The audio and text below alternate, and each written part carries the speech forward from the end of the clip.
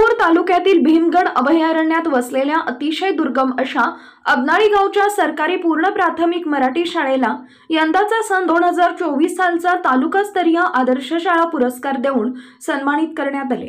शाळेनं क्रीडा आणि शैक्षणिक या दोन्ही क्षेत्रांमध्ये उल्लेखनीय यश संपादन केले। अतिशय दुर्गम आणि प्रतिकूल परिस्थितीत गाव असलं तरी शाळेचे विद्यार्थी 2016 पासून सतत बुद्धिबळ खेळामध्ये राज्यस्तरीय स्पर्धेमध्ये प्रतिनिधित्व करत आहेत। थ्रोबॉल क्रीडा प्रकारामध्ये सतत 6 वेळा शाळेच्या मुलांचा संघ तालुका विजेता ठरत मागील 2 वर्ष जिल्हा विजेतेपद पटकावलेलं आहे। तसेच मुलींचा संघ थ्रोबॉलमध्ये मागील 2 वर्ष जिल्हा विजेतेपद पटकवत राज्य ग्रामीण विभागीय स्पर्धेमध्ये उपविजेता ठरलाय। तसेच तालुक्यातील विविध सांस्कृतिक आणि शैक्षणिक स्पर्धांमध्ये शाळेच्या विद्यार्थ्यांनी लक्षणीय यश संपादन केले।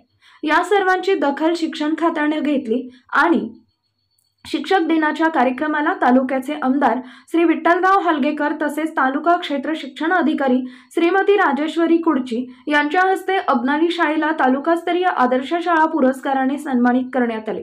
यावेळी व्यासपीठावर शिक्षक संघटनेचे पदाधिकारी उपस्थित होते।